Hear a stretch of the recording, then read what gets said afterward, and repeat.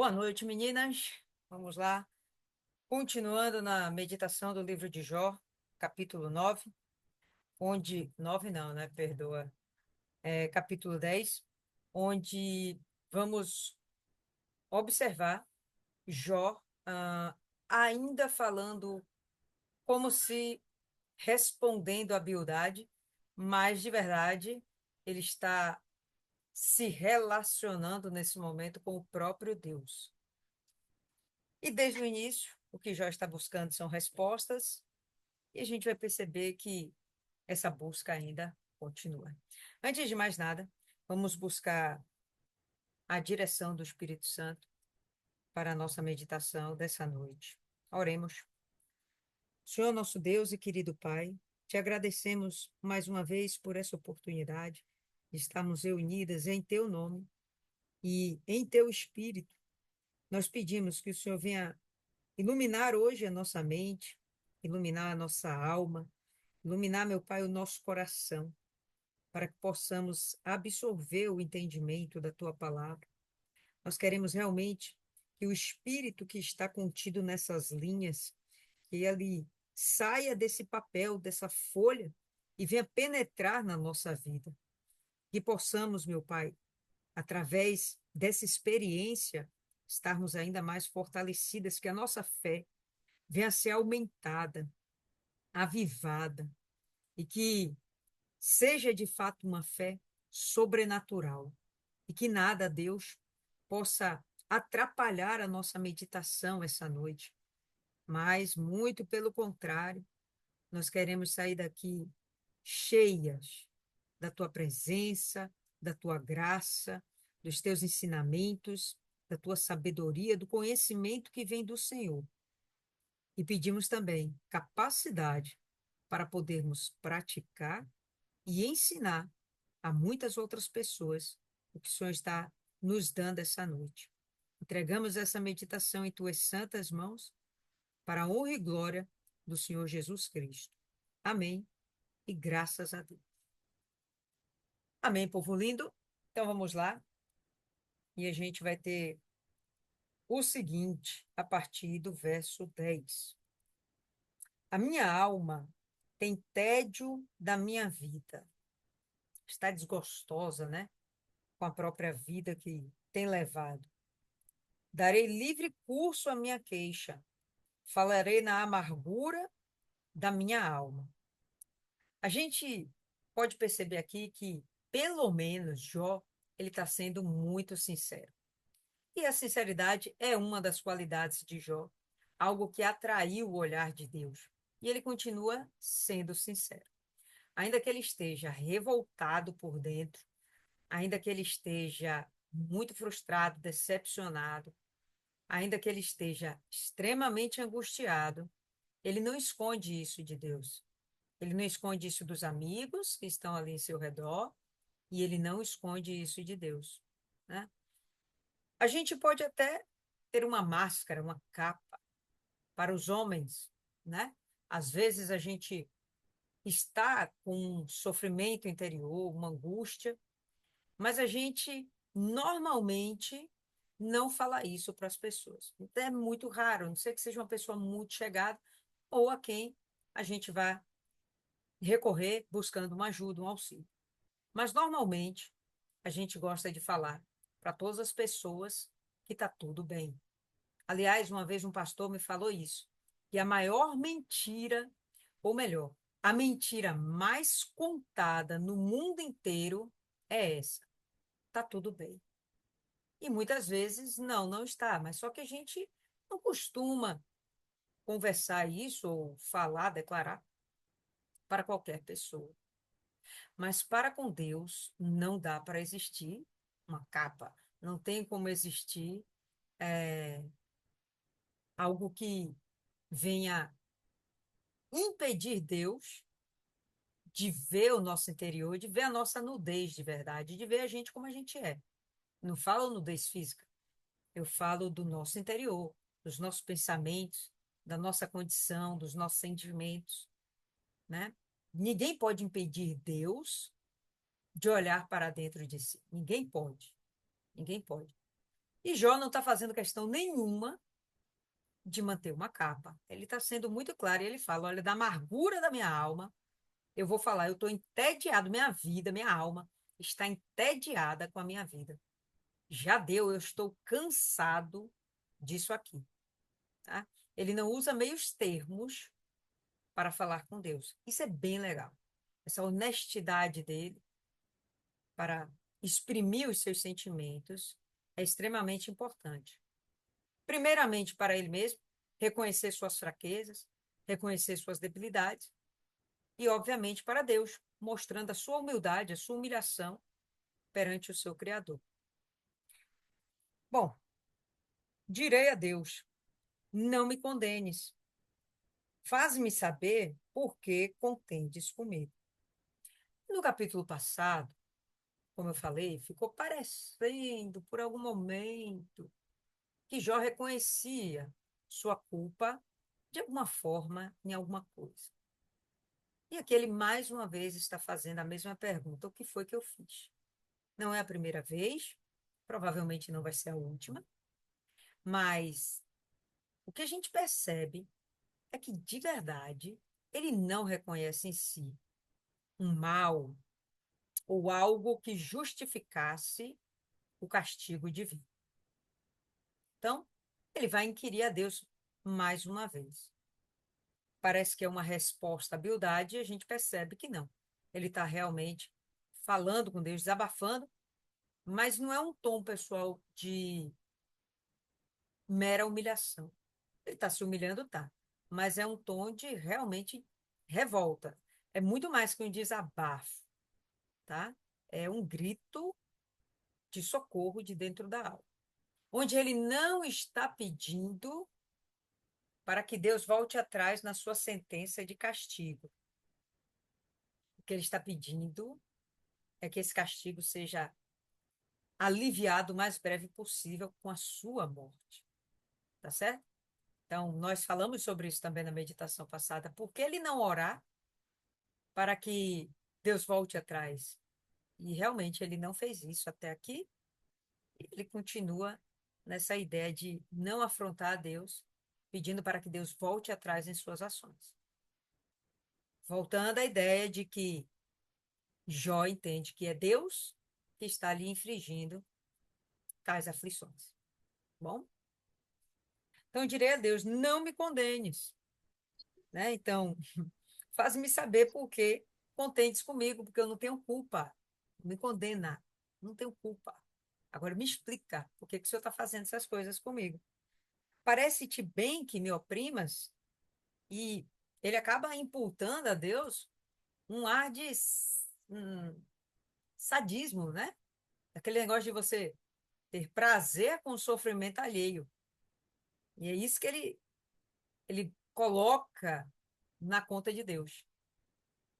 Parece-te bem que me oprimas, que rejeite o trabalho das tuas mãos e resplandeças sobre o conselho dos ímpios?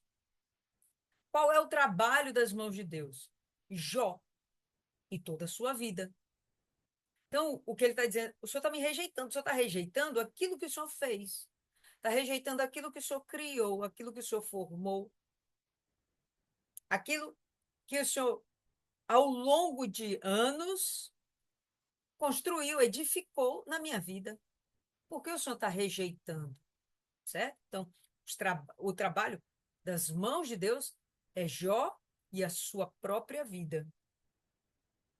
E resplandeças sobre o conselho dos ímpios, apontando para que, ah, como se o que Deus estivesse fazendo fosse algo onde os ímpios tivessem o direito de condenar Jó, né? Olha, você é culpado, certo?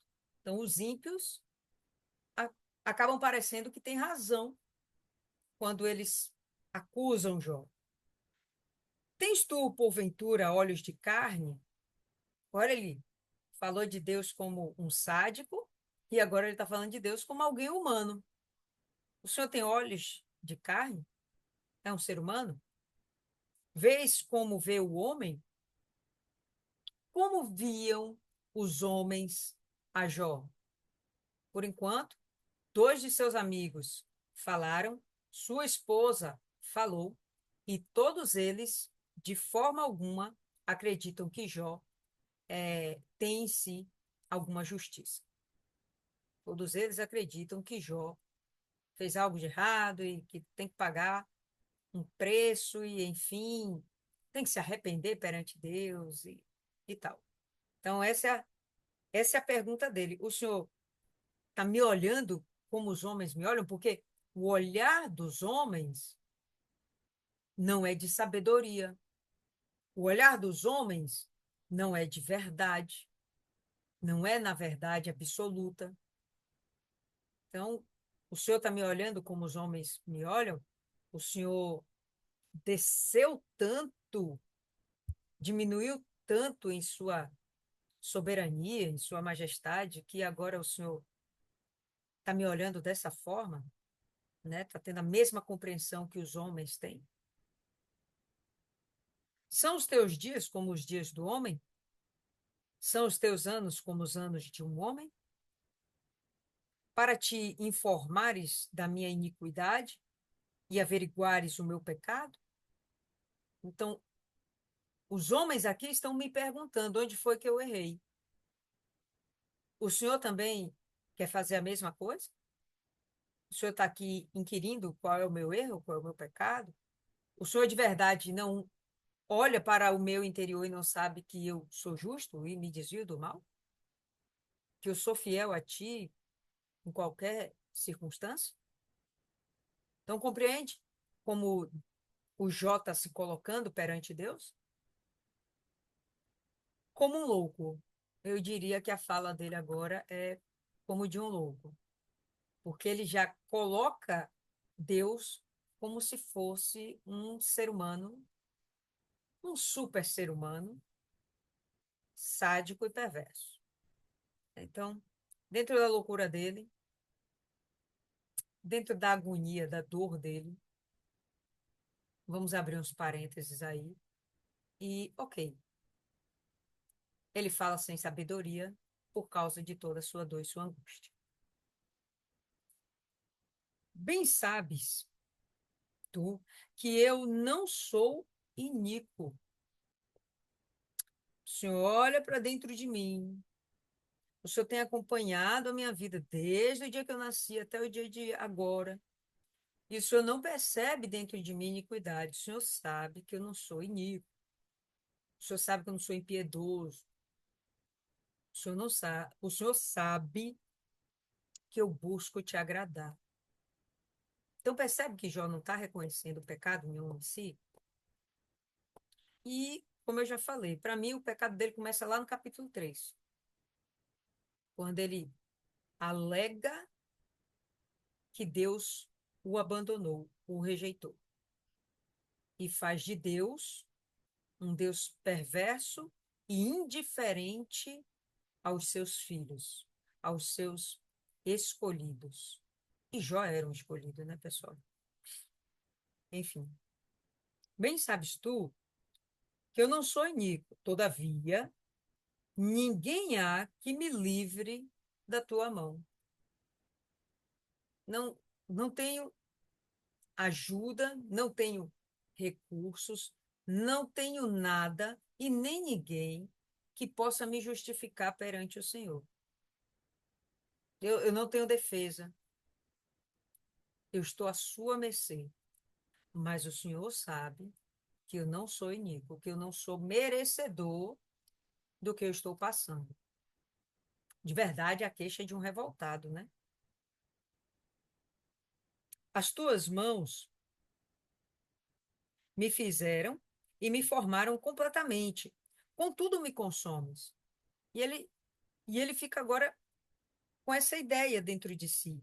Como é que ele me gera, como é que ele me cria e agora ele quer me destruir? Não faz sentido. Jó está extremamente perturbado. Peço-te que lembres de que, como barro, me formaste e me farás voltar ao pó.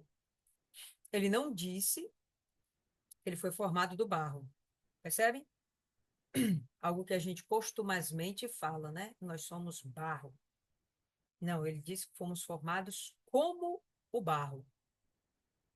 E o barro pode ser moldado, preparado, mas nós fomos formados do pó. Parece não ter diferença, mas a diferença é absurda. E esse pó foi desenhado, foi formado como se fosse barro e foi desenhado pelo próprio Deus para seu louvor e glória. Ok? Então eu não entendo, Jó dizendo, como é que agora o senhor quer destruir? O senhor teve tanto cuidado para fazer e agora o senhor quer destruir. E ele vai lá continuar. O senhor, peço que o senhor se lembre de que, como barro, me formaste e me farás voltar ao pó. Porventura, não me vazaste como leite e como queijo não me coalhaste? Existe um processo para a formação do leite. E diga-se passagem, não é algo criado por mãos humanas. Não, o leite vem do animal. O leite também pode vir do homem, ou da mulher, melhor dizendo. Mas não é algo que o homem realmente é capaz de produzir, de fazer. O leite é algo que foi da criação do próprio Deus. Então, quando ele fala do leite e quando ele fala do queijo, né, ele está falando que há um processo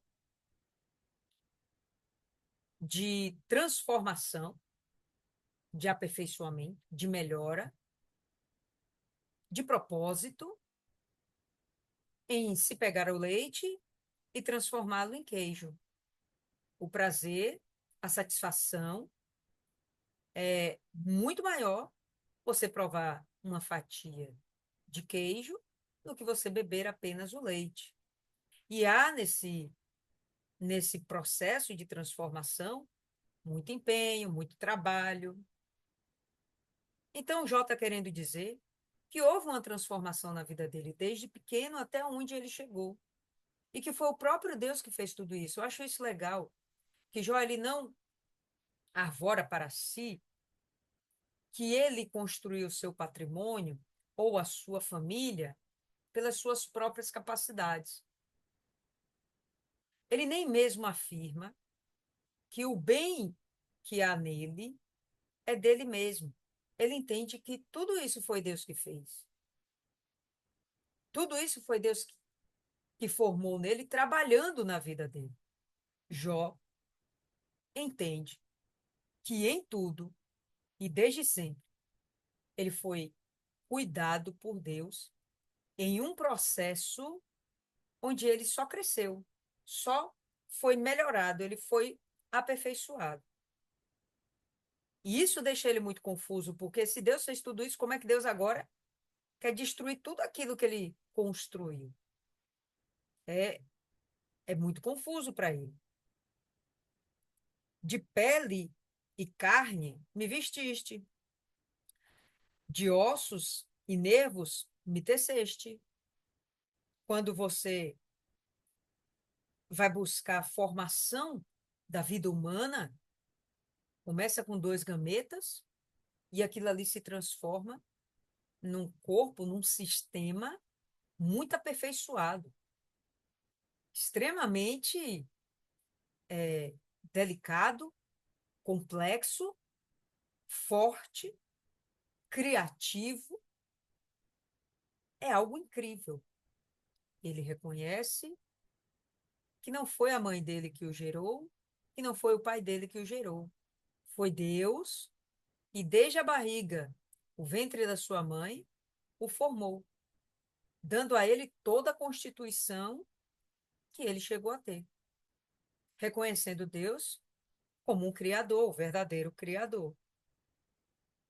Vida e misericórdia me concedeste, e o teu cuidado guardou o meu espírito. Então, até essa ideia de que Lembra quando a gente viu, lá em 1 João 5, quando fala que aquele que nasce de Deus guarda os seus caminhos, guarda a sua alma? É uma ação que nós mesmas fazemos quando tomamos nossas decisões, fazemos nossas escolhas. Então, nós tomamos o cuidado de guardarmos a nossa vida. Vê que Jó fala que isso não vem dele. Ele põe na conta de Deus todo o crédito de sucesso, todo o crédito de acertos que ele teve ao longo de sua vida. Ele está exaltando Deus. E ele não está errado, né? Está completamente certo. Vida e misericórdia me concedeste. O teu cuidado guardou o meu espírito. Não foi a minha atitude de ser fiel, perfeito, reto. Não, foi o Senhor. Foi o Senhor que me guardou esse tempo todo. Foi o Senhor que fez tudo em mim. Porém, estas coisas as ocultaste no teu coração. Bem sei eu que isto esteve contigo. Se eu pecar, tu me observas, e da minha iniquidade não me excusarás. Não, o Senhor não vai passar pano para os meus erros. O Senhor tem capacidade de ver os meus erros, o meu pecado, minha iniquidade, e o Senhor não vai passar pano sobre isso. Não vai.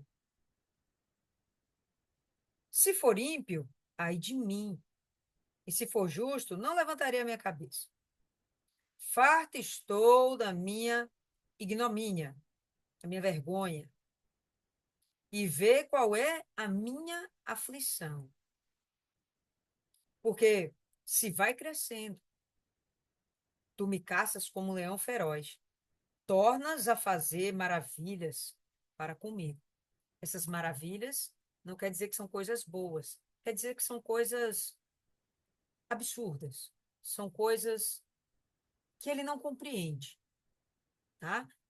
Hoje, quando a gente fala maravilha, o conceito que temos de maravilha é de algo bom, de algo que nos agrada, de algo que é intenso. Mas quando ele fala aqui de maravilha, é de algo sobrenatural, certo? Então não é de algo bom, é de algo sobrenatural. E a gente vai ter que o sofrimento dele é sobrenatural. Jó compreende isso. De fato, é sobrenatural. Não é natural. Vem de Satanás, mas é sobrenatural. Porque se vai crescendo. Tu me caças como um leão feroz. Então, se Deus vê nele a iniquidade dele, Deus está indo atrás para puni-lo, né? Para julgá-lo, condená-lo. Só que não é o que ele acredita que esteja acontecendo, né? Ele entende-se como inocente. Mas ele fala: Tu me caças como um leão feroz. Tu renovas contra mim as tuas testemunhas e multiplicas contra mim a tua ira. Reveses e combate estão comigo. Ele está vivendo uma luta. E quando ele fala aqui que ele multiplica contra ele a ira e renova as testemunhas, eu entendo até que ele está falando dos seus próprios amigos. Que primeiro um falou, depois o outro falou, e está todo mundo falando a mesma coisa. A esposa falou, e ele não está tendo apoio e suporte de ninguém. E até isso ele entende que vem do próprio Deus. Meus amigos não me ajudam, meus amigos não me entendem, meus amigos não estão colaborando, e eu entendo que isso vem da parte do Senhor. O Senhor está muito irado comigo, né? Por que, pois, me tiraste da madre? Ah, se então tivera expirado e olho nenhum me visse. Por que que eu nasci? Melhor teria sido morrer no ventre da minha mãe do que ter nascido, do que algum olho já ter me visto. Aí ele vai insistir nessa ideia de morte. Aqui era melhor não ter nascido. Em outros momentos, é melhor morrer logo. Mas fosse como fosse, melhor seria não existir, para não sofrer tais dores. O ser humano muitas vezes pensa dessa forma. Melhor seria não ter existido. Melhor seria nem existir mais, só para não sentir essa dor. Claro que isso aqui não é a dor de um dedo cortado, né? Até mesmo você ter sido mutilado, perder uma parte do seu corpo, um órgão seu. Essa dor aqui é da alma. Uma dor que você não tem remédio, não tem conforto, não tem consolo, a não ser que isso venha do próprio Deus. Só que ele entende que Deus, nesse momento, é um inimigo dele. Vocês estão percebendo isso, né? Ele coloca Deus como se fosse o seu algoz, seu perseguidor, seu malfeitor. Deus é como se fosse o inimigo dele. Deus era tão amigo e agora ele. O que acontece? Que ele não é mais. Então, tivera expirado e olho nenhum me visse. Então eu teria sido como se nunca fora, e desde o ventre seria levado à sepultura. E isso seria muito melhor porque não teria os sofrimentos. O homem foge dos sofrimentos. O homem foge. Todo ser humano é assim. A gente evita os sofrimentos. E às vezes a gente evita de tal forma, com tal intensidade, que aí vem a síndrome do pânico, né? Vem a ansiedade, que só se justifica por causa dos medos que a pessoa tem. Medo de sofrer. Aí no medo de sofrer vem a ansiedade, né? O querer ter controle de todas as coisas. Eu quero controlar, eu quero dominar. Esse conceito, esse entendimento, essa situação, e se eu dominar, eu não vou sofrer. Nem sempre isso é possível ao homem. Nem sempre, né? Em todos os sentidos, a gente tem que estar confiante que Deus está nos guardando, Deus está fazendo o melhor para a gente.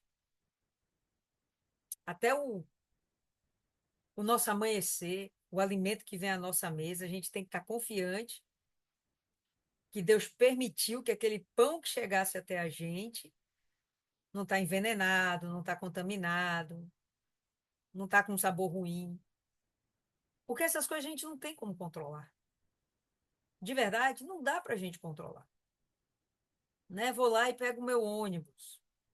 É a oração pelo motorista, né? Isis aprendeu isso aí um dia atrás, o Maiano. Você não tem como controlar se o motorista naquele dia está bem e vai dirigir o carro seguro. Você não tem como controlar se os outros motoristas que estão em outros automóveis ao redor do ônibus que você pegou estão bem o suficiente para dirigirem bem e não causarem acidentes. Você não pode controlar que um animal passe no meio da pista e que acabe causando uma tragédia. O que a gente tem que fazer é confiar que o que Deus está fazendo na nossa vida é o melhor. Ele está nos guardando, nos protegendo, porque a gente não tem controle da nossa vida, pessoal. A gente só tem controle das nossas decisões. Mas a gente nem tem o controle absoluto das consequências das nossas decisões. A gente tem a escolha, mas a gente nem sabe como isso vai reverberar no mundo, né? Quando você escolheu seguir a Cristo, você achou que as pessoas iam amar aquela decisão, porque você estava escolhendo a melhor coisa do mundo. Você não esperou que sua família te rejeitasse ou que seus amigos se afastassem de você. Você não pôde controlar essas decisões, você só controlou a sua decisão. Eu vou seguir a Cristo. Não importam as consequências, porque eu sei que Ele está tomando conta de tudo. E no final das contas, vai valer a pena. A única coisa que a gente controla na nossa vida é a nossa escolha. O resto, a gente vai ter que confiar que Deus está tomando conta de tudo. Então, o que a gente percebe aqui é que ele, no seu medo de não sofrer, e que não é nem mais medo, né? Estou falando de pessoas que têm medo de sofrer, querem ter controle de todas as coisas. E não conseguem. E por isso, inclusive, andam frustradas, porque não conseguem controlar tudo. Aí vem ansiedade e crise do pânico. Mas o que ele está querendo dizer aqui é que esse sofrimento é tão intenso que era melhor ele não ter existido, para que ele não viesse sentir tais dores. Porventura, não são poucos os meus dias? Cessa, pois, e deixa-me, para que por um pouco eu tome alento. Então, não são breves os meus dias? Eu não sou eterno como o Senhor é. O Senhor é o ancião de dias. O Senhor não tem início nem fim. O conceito de tempo inexiste para o Senhor.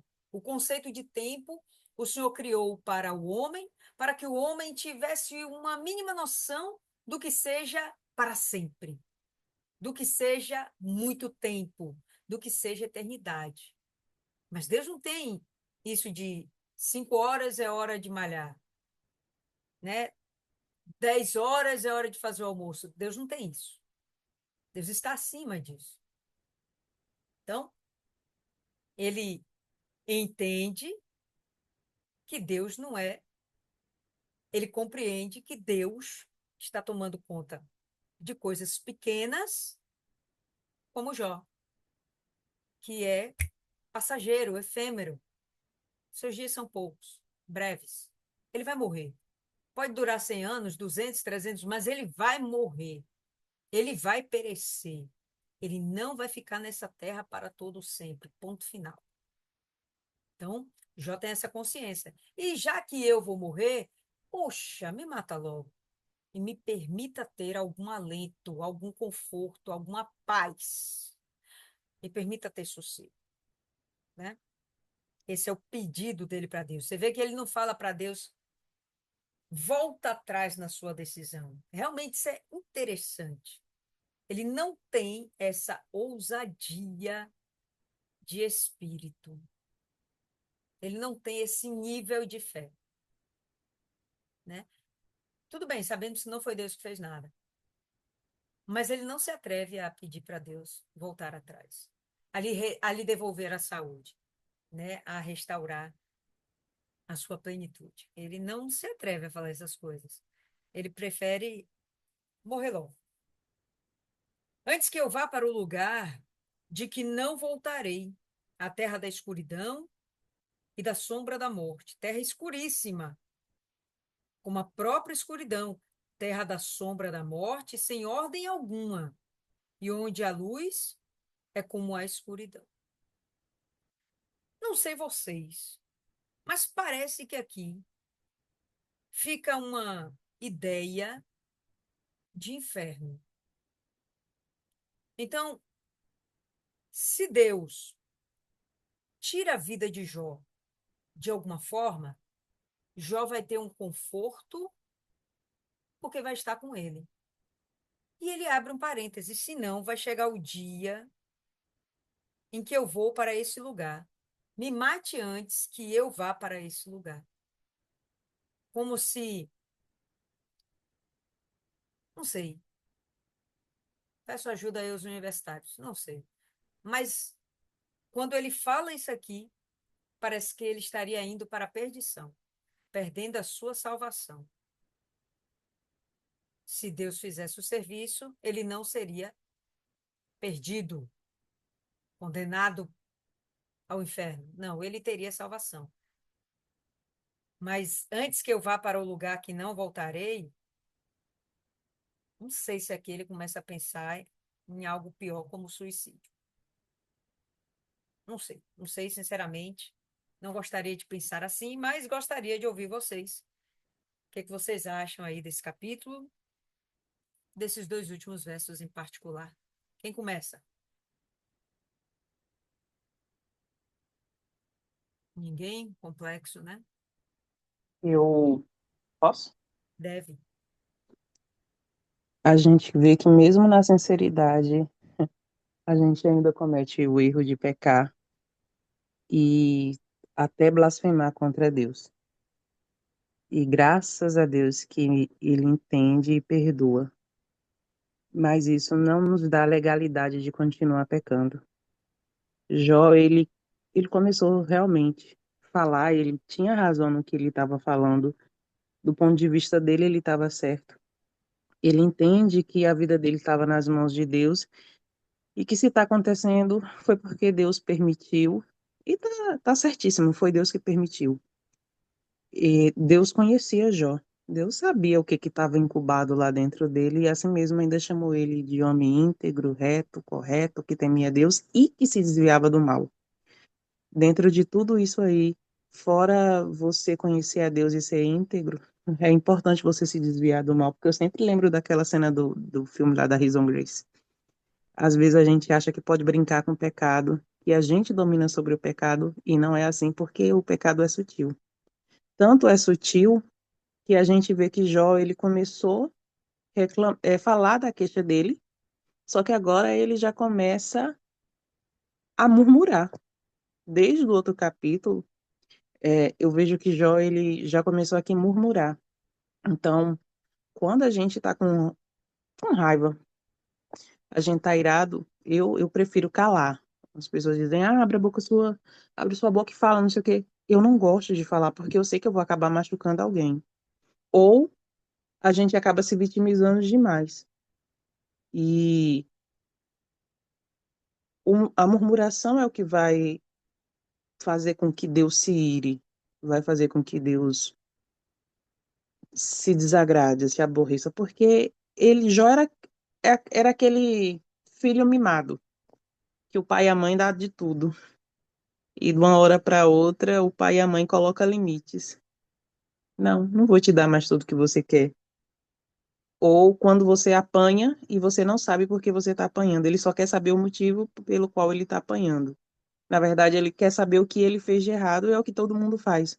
Só que dentro dessa busca, ele já tá começando a se exceder. Só que ele ainda compreende que o que vem de Deus, e não sei qual o sentido qual o conhecimento dele até aquele ponto de inferno, de perdição e tudo mais, de salvação, mas ele compreende que se Deus tirar a vida dele, ele vai estar com Deus. E é tipo, eu tô passando por tudo isso. Foi Deus que fez, mas eu ainda quero ficar com Deus. Aquele filho que a mãe bate, às vezes até espanca, mas quando o conselho tutelar vai lá para tirar aquela criança do pai ou da mãe, aquela criança não quer ir. Mesmo apanhando, ela ainda ama o pai. Embora Jó não esteja apanhando de Deus, mas ele ainda quer continuar na presença de Deus. Ele tá, ele tá lutando para continuar com Deus. Ah, não é o melhor que me aconteceu, mas eu ainda quero estar com o Senhor. E ele reconhece que se ele tirar a vida dele, ou que se ele continuar muito tempo vivo, ele vai se perder, ele vai para o inferno.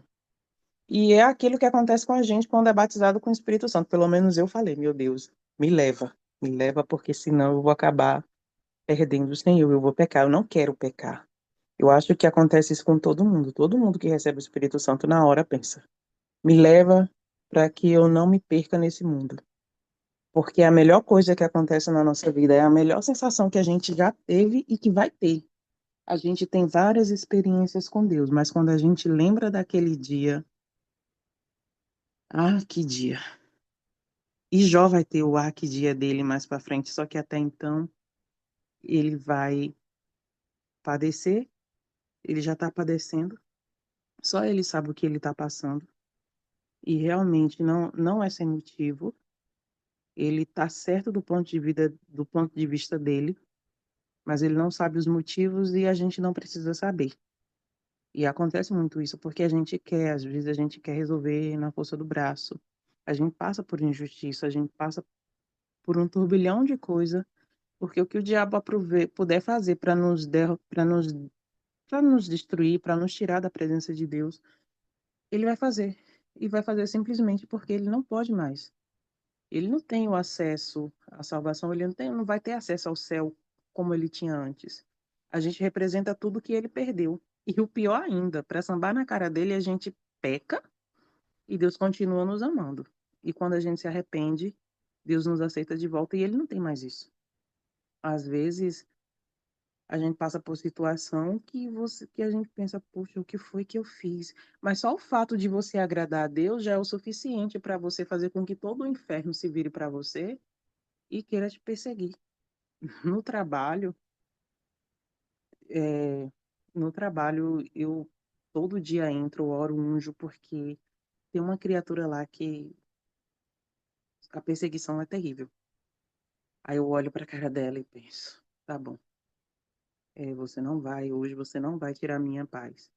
Mas tem dia que a gente quer fazer que nem Jó. A gente quer ir lá, quer dizer um monte de coisa, a gente quer desabafar. Mas aqui ele ainda está naquela pegada que ele reconheceu que quem tem que fazer justiça na vida dele é Deus e quem pode mudar alguma coisa é Deus. E ele está lá falando com Deus do jeito dele, da forma que ele na cabeça dele é o melhor. Mas a sinceridade, como a senhora falou, é tudo.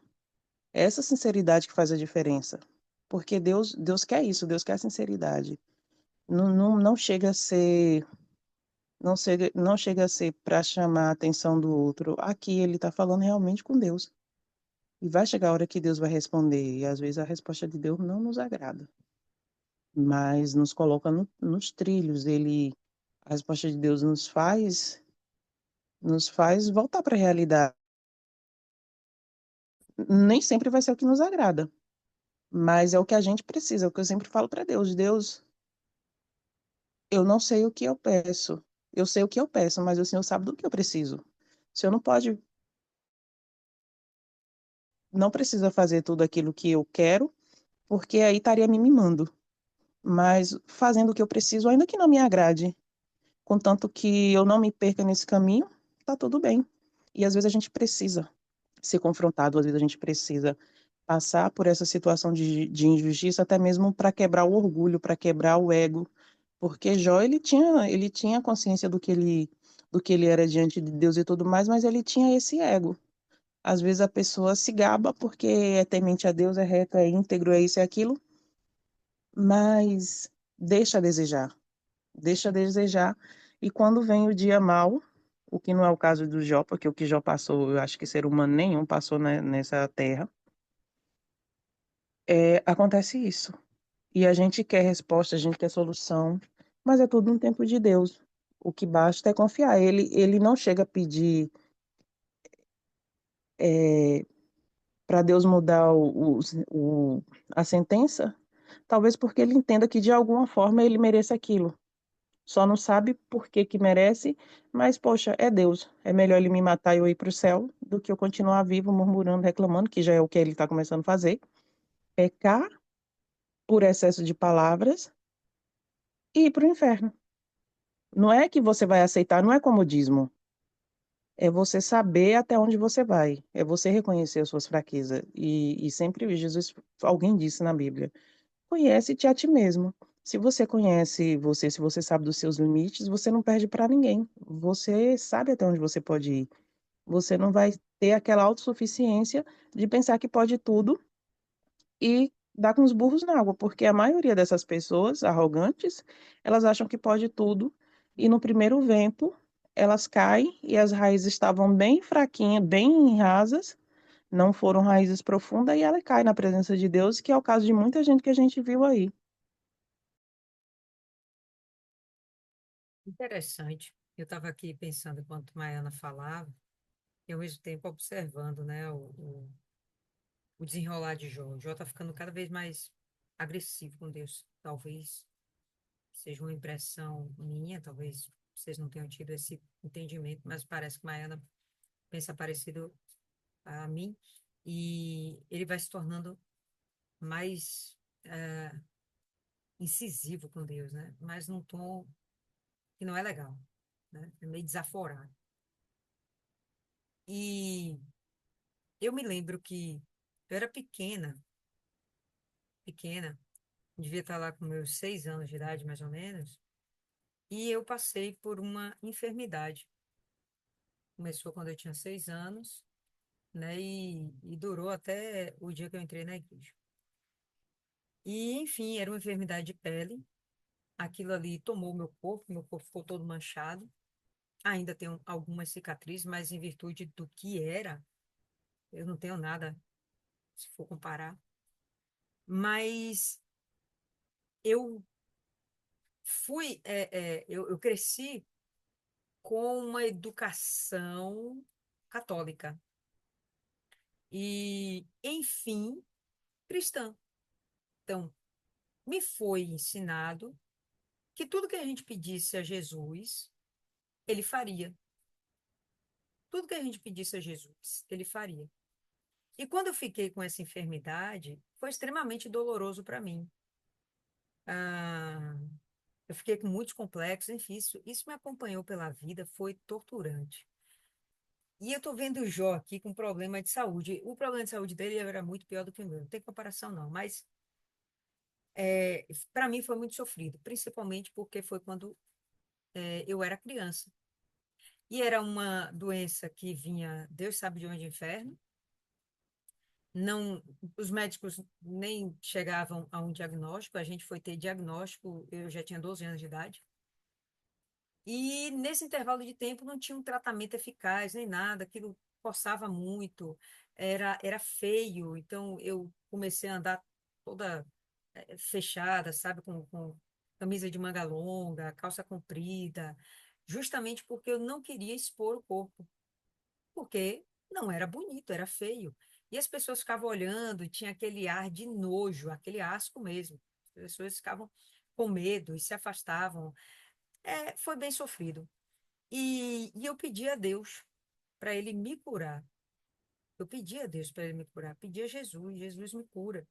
Né? Quando eu estava na alfabetização, tinha 6 anos de idade, foi quando começou, e eu estava na escola que era católica.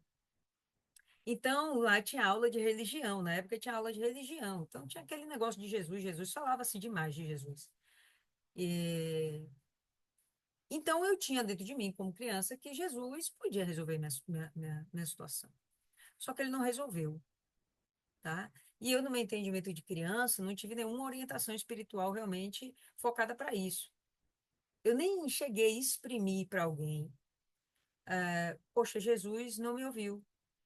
Jesus não me ouviu.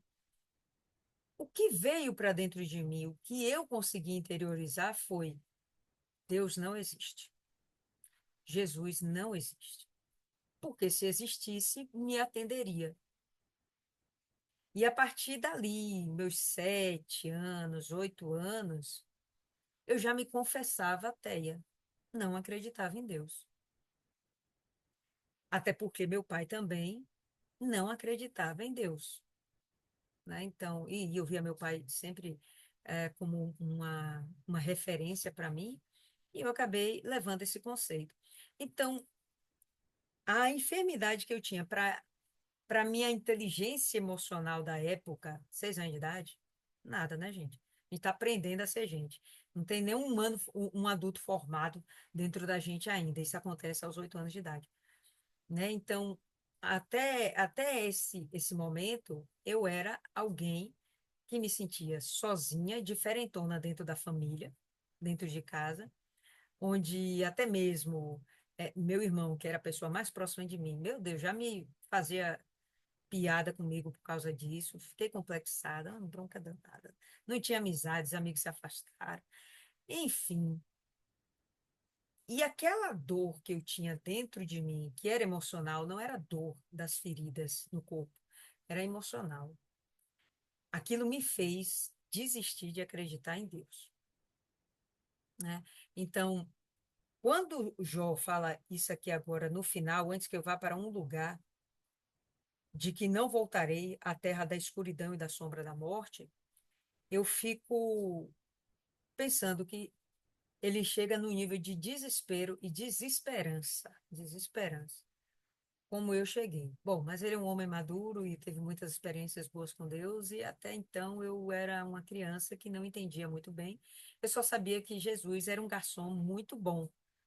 Como ele não atendeu o meu pedido, então eu desacreditei.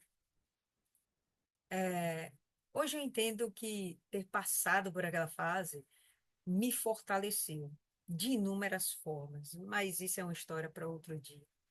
O que acontece é que, ainda que a gente tenha uma, ainda que a gente não, quando nós temos uma fé mal formada, isso pode nos levar à incredulidade.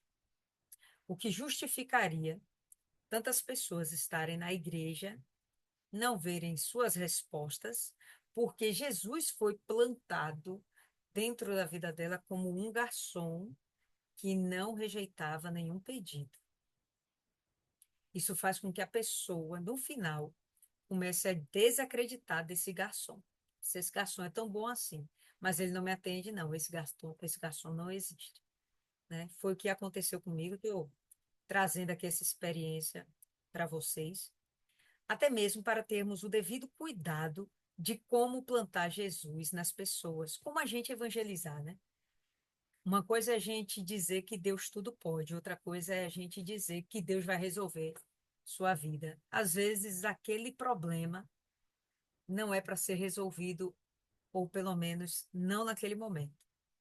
Quando eu alcancei minha cura, eu já tinha 23 anos de idade, né? Eu já estava formada, já tinha passado pela faculdade, já tinha passado por um monte de coisa, e estava lá enferma, e eu ainda acreditava que Jesus não tinha poder para me curar, porque a forma como Jesus tinha sido plantado em mim não era o Jesus real.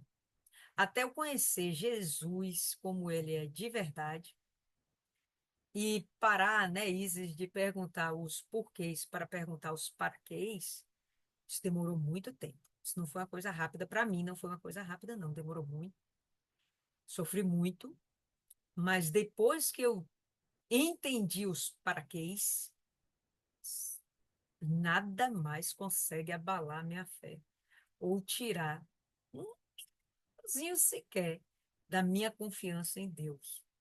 E mesmo que tudo esteja desmoronando, Deus ainda é Deus e vai valer a pena. Fala, Maiana. É aquela história, né? Se Deus fizer, ele é Deus, e se ele não fizer, ele é Deus. Já passei por várias situações que o diabo tentou, que queria que eu mentisse e tal, e eu sempre lembrava disso. Se Deus fizer, ele é Deus, e se ele não fizer, ele é Deus. Ele vai continuar sendo Deus sempre. Mas, como a senhora falou, sobre Deus como um garçom, sobre o Senhor Jesus como um garçom, o pior de tudo é você ver ele atendendo o pedido dos outros e o seu nada. Só que aí a gente para e pensa, tem uns pedidos que demoram mais tempo para ser preparado. E esses que demoram mais tempo são aqueles, são os melhores. Porque enquanto os outros estão ali se fartando com algo simples, algo rápido, Deus ele está preparando o melhor, algo que quem passar correndo vai ver. Eu lembro que esse versículo de Abacuque, eu li numa plenitude quando eu nem conhecia a igreja. Achei uma plenitude no lixo na esquina, peguei, como eu gosto de ler, levei para casa e eu lembro que era aquele propósito da Torre da Vigília. E ele falava, escreve a visão na tábua e tal, porque vai acontecer no tempo certo. E até quem passar correndo vai ver. Então, o seu pedido pode até demorar para chegar, mas uma hora vai chegar. E se não chegar, não tem problema. Você vai continuar honrando Deus. E você vai honrar Deus não pelo que ele faz, mas por quem ele é e pela maior transformação que ele fez dentro de você. E foi mudar o seu interior, foi tirar a tristeza, foi tirar a dor. O físico é o de menos, porque a gente sabe que esse corpo vai se deteriorar. O bispo Renato Maduro é um exemplo. Ele chegou na igreja doente e tal, foi curado e no final da vida ele morreu com aquela doença. Mas ele morreu sorrindo porque ele viu Jesus. Gente, é a melhor experiência que alguém pode ter. Eu ouço histórias e histórias e eu penso, poxa, quando eu morrer eu quero ver o Senhor Jesus lá. Não é por ego ou porque alguém teve, é porque Deus honrou tanto a fé dele que o próprio Senhor Jesus foi buscar. Enquanto uns é os anjos, que nem o caso daquelas esposas lá, que antes do carro bater, os anjos veio e levou a alma dela e falou, ó Deus. Mas no meu caso, se o senhor quiser vir me buscar, faz isso. Antes de eu sentir a dor, leva a minha alma e tá tudo certo. mas Deus ele honra da maneira que ele quer honrar. E talvez Deus não vai honrar, nem todo mundo vai ser honrado com uma cura, nem todo mundo vai ser honrado com um pedido, vai ser o espinho na carne da pessoa, e é aquilo ali que vai manter a pessoa nos pés do Senhor Jesus, porque ela reconhece a grandeza dele, reconhece a glória dele como sendo Deus, e não como sendo um garçom que faz tudo o que você quer. Perfeito. É, fala aí, dona Rosa, o que que a senhora tem a acrescentar?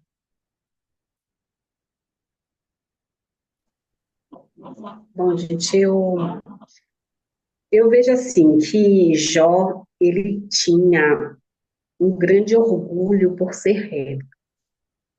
E eu acredito que esse orgulho de Jó, dessa retidão que ele tinha, né, faz com que ele não se reporte a Deus para pedir misericórdias.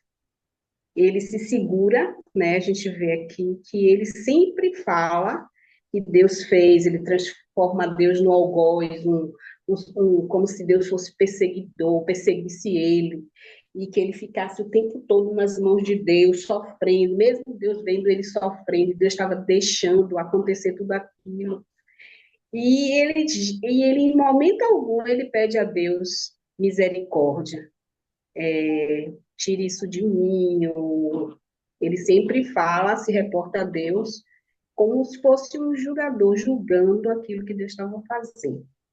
Aí ele está tão, como é que eu digo, com a alma tão amargurada, que ele ele chega a pedir a morte, né? Ele pede a morte, e ele vê essa morte como se essa morte fosse algo que não ia ter mais jeito, que ele ia para a escuridão.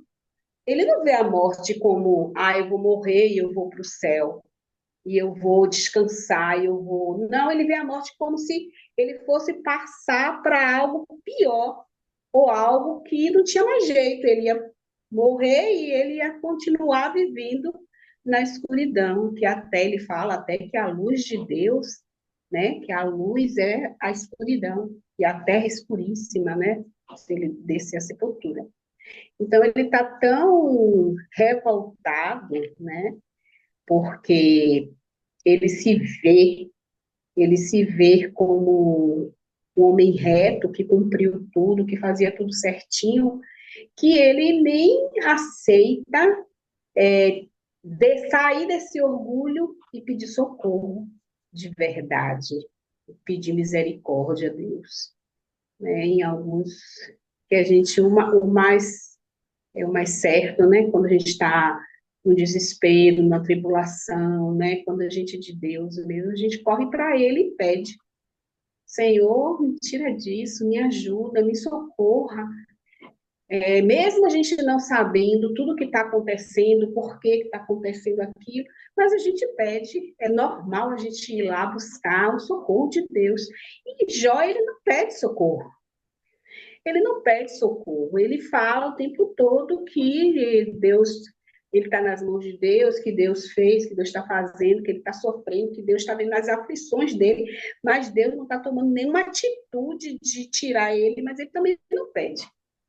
E aí, pelo que eu enxerguei, pelo que eu entendi, é que Jó, ele é orgulhoso, ele usava aquele ego de que ele sempre foi um homem reto, um homem fiel a Deus, mas acredito que é por isso, por conta desse orgulho, que ele não consegue se curvar para Deus pedindo a misericórdia do Senhor. E é isso que eu entendi. Perfeito.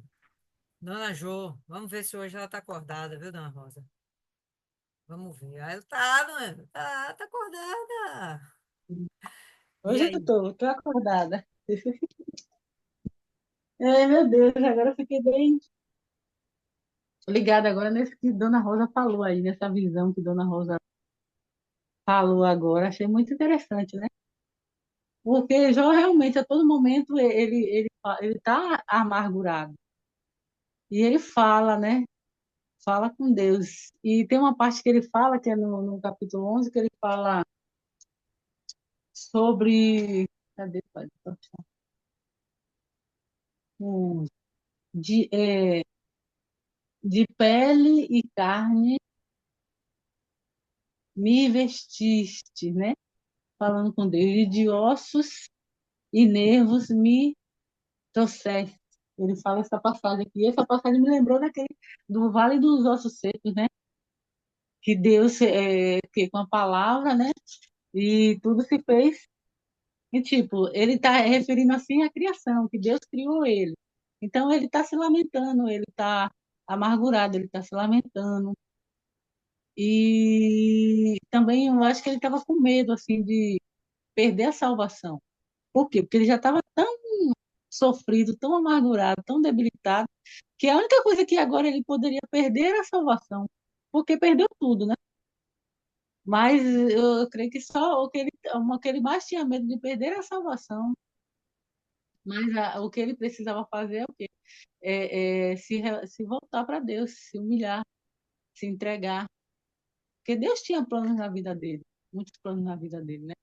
E uma coisa que Maiana estava falando também sobre as tribulações que a gente passa no trabalho. E ontem eu passei por uma tribulação que aconteceu comigo, assim, eu errei. Eu sabia que eu tinha errado. E assim, tipo, eu errei, eu estava assim, eu estava estressada porque eu errei e os meus colegas de trabalho de vir com uma palavra de consolo, não, era jogando, sabe? Jogando veneno, jogando veneno, jogando veneno. E nessa coisa que eu passei, veio na hora, veio a passagem de Jó, veio assim, lembrando de Jó, assim, porque quando ele estava enfermo, né? Os amigos de ajudar, os amigos jogavam pedra, né? Aí veio essa passagem, eu parei para pensar assim, meu Deus, Senhor, não tem como imensurar a dor que Jó passou. Ele estava tão enfermo, e mesmo assim o povo estava lá apontando, criticando, apontando. Isso que aconteceu comigo, o povo apontando, criticando, criticando. E a gente sabe que é uma cilada, que é a cilada do maligno, que é provações, que Deus quer que a gente, alguma coisa aconteça, a gente aprenda alguma coisa ali. E foi assim, ainda parei para pensar, meu Deus, quem sou eu diante das dificuldades perante o Senhor? Quem sou eu diante da dificuldade? Por quê? Porque sem querer você está lá, você está estressado, você está naquele momento ali, você pode falar coisas como o Jó, falar coisas que você fala sem pensar. Então, vai murmurar ou falar alguma coisa que não agrada a Deus, assim, tipo, porque Deus está fazendo aquela prova ali para você aprender, e você, sem querer, fala algo que, na hora do estresse, você fala algo que não deve. Então, é muita coisa que Jó passou, muita coisa que ele estava amargurado, estava cansado. Esse aí também eu vejo que ele estava muito cansado, amargurado, cansado, com medo. E o medo maior dele, eu creio aí, que foi perder a salvação. Porque como ele fala que Deus que Deus leve ele do que ele, né? Aquela passagem que eu não nem gravei direito. Ele estava com muito medo disso, de perder a salvação.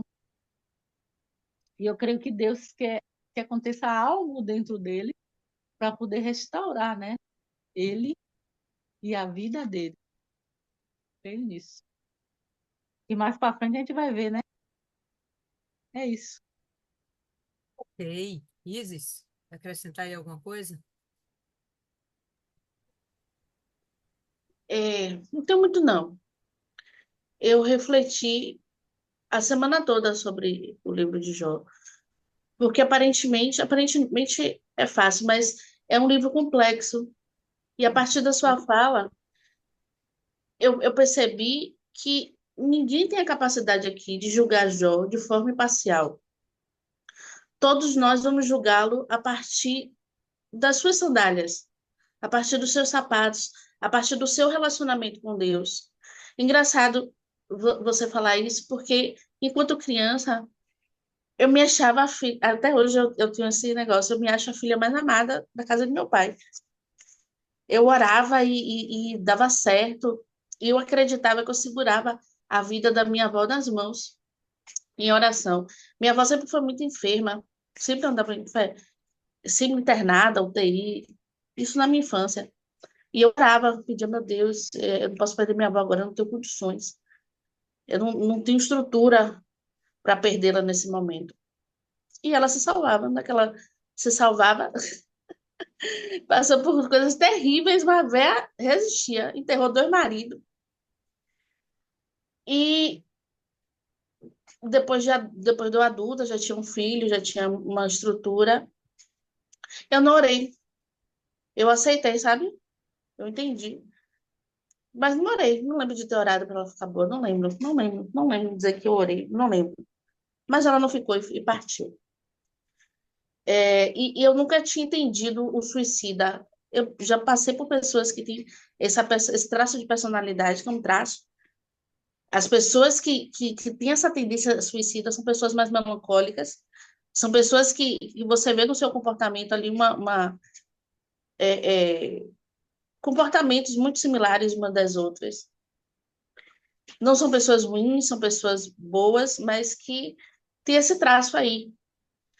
E eu percebi, a gente vê em outras igrejas, vê pessoas que nasceram, às vezes, dentro do evangelho, que elas servem a Deus, e o próprio Deus chamou o meu servo Jó. Ele não chamou meu filho Jó, meu amigo, o homem segundo o meu coração. O serve, mas não o conhece. Às vezes o tem por mera vaidade. Não, eu sou servo do Senhor. Eu sou crente. Eu sou da igreja. Eu uso a saia até o pé, eu nunca cortei o cabelo. Eu nasci dentro da igreja.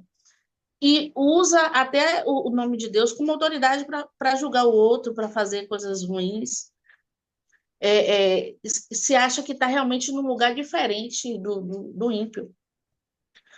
E a gente sabe que para Deus todo mundo tem o mesmo valor. Todo mundo ali, ele ama todos. Ele não faz distinção. Mesmo que às vezes pareça que faça. A gente, poxa, fulano tem uma vida tão abastada, eu estou sofrendo tanto. Mas não é. Essa situação de Jó, a gente vê que é uma oportunidade dele ter um relacionamento verdadeiro com Deus. De sair dessa situação de achar que Deus é um mero garçom, algo que se é uma pessoa que se eu me comportar bem, Deus vai ser bonzinho comigo, se eu for mal. O negócio do Papai Noel, né? Se eu se comportar bem durante o ano, vou ter presente, se não. E a gente vê que esse é um momento de oportunidade, esse momento que ele está passando, é o momento dele conhecer a Deus, e ele escolhe não se voltar para Deus, apesar do povo condenar os amigos, eu sou do time dos amigos, e no próximo capítulo a gente vai ver que o amigo chega se revolta, você, como é que, deixa eu dizer aí com esse líderes, é, Deus está te castigando menos do que você merece. É duro de ouvir, mas é verdade. Ele está se comportando como um menino mimado, como Maiana falou. E a gente às vezes precisa dessa pessoa que diga, Mora, levanta, levanta, chega de chorar, passou o tempo de chorar, bora levantar, toma um banho, sacode a poeira aí, vamos dar a volta por cima. Mas para além das chagas do corpo, as chagas na alma dele, principalmente no seu ego, no seu emocional, nos seus achismos, em achar que bastava fazer ali o sacrifício, estou bem com Deus.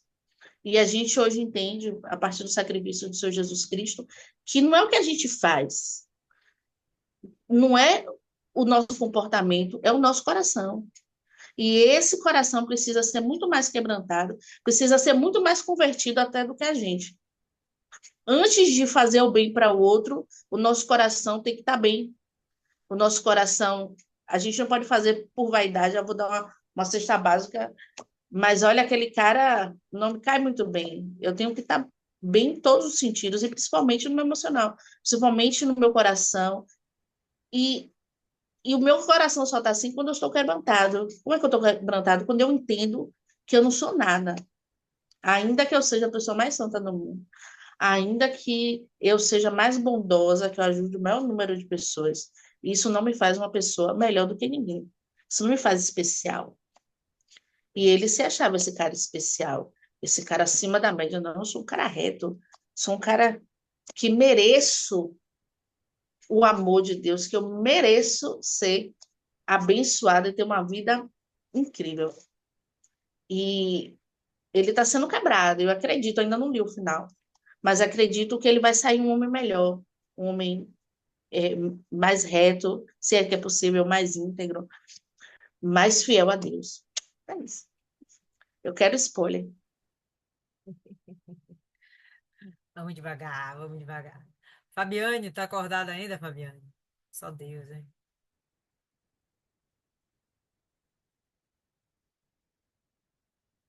Fabiane já dormiu. Fernanda, tá acordada ainda?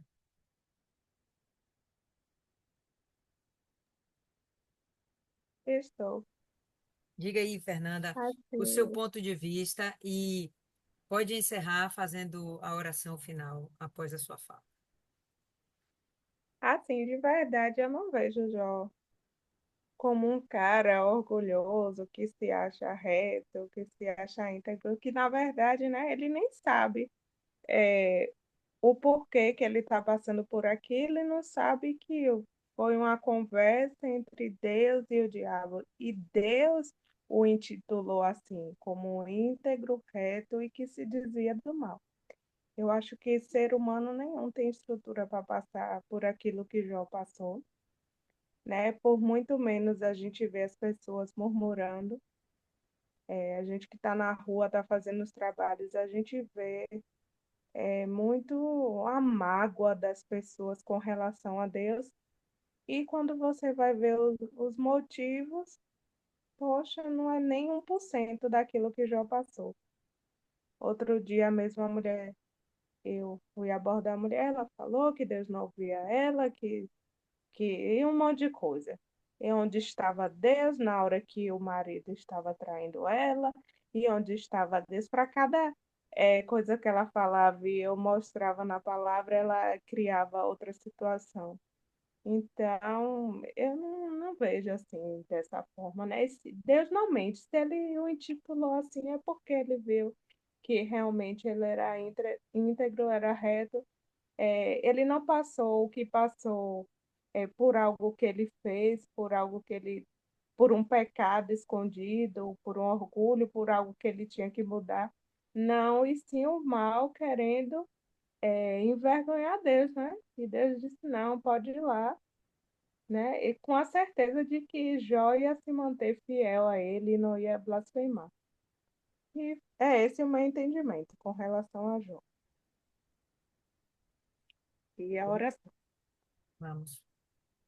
Meu Deus, em nome do Senhor Jesus, eu te agradeço, meu Pai, pela oportunidade de estar aqui, de estarmos aqui diante da tua presença, aprendendo mais de ti, mais da tua palavra. Meu Deus, que o Senhor possa nos fortalecer, que o Senhor possa avivar a nossa fé, que o Senhor possa nos sustentar, meu Deus. Que nossa visão, meu Pai, venha estar em ti, na salvação, meu Pai, das nossas almas. Que nós não venhamos desviar nem para a direita nem para a esquerda, que possamos, meu Pai, estar firmes no Senhor. Meu Deus, eu te peço também, meu Pai, por cada pessoa, meu Deus, que foi colocado nos grupos, por pedido de orações, que o Senhor possa ir de encontro à necessidade de cada uma delas, que o Senhor possa curar, meu Deus, a alma, curar fisicamente, curar espiritualmente e, acima de tudo, a salvação. Que o Senhor nos dê uma boa noite de sono reparador e abençoa desde já o dia de amanhã. Em nome do Pai, do Filho e do Espírito Santo. Amém. E aí, povo lindo, então por hoje é só. A gente vai retomar as nossas meditações a partir da quinta-feira que vem, ok? Deus abençoe, tenham aí um excelente recesso, mas nada de ir para o carnaval, viu? Vou ficar muito decepcionada se eu souber que alguém for. Deus abençoe, pessoal. Tchau, tchau.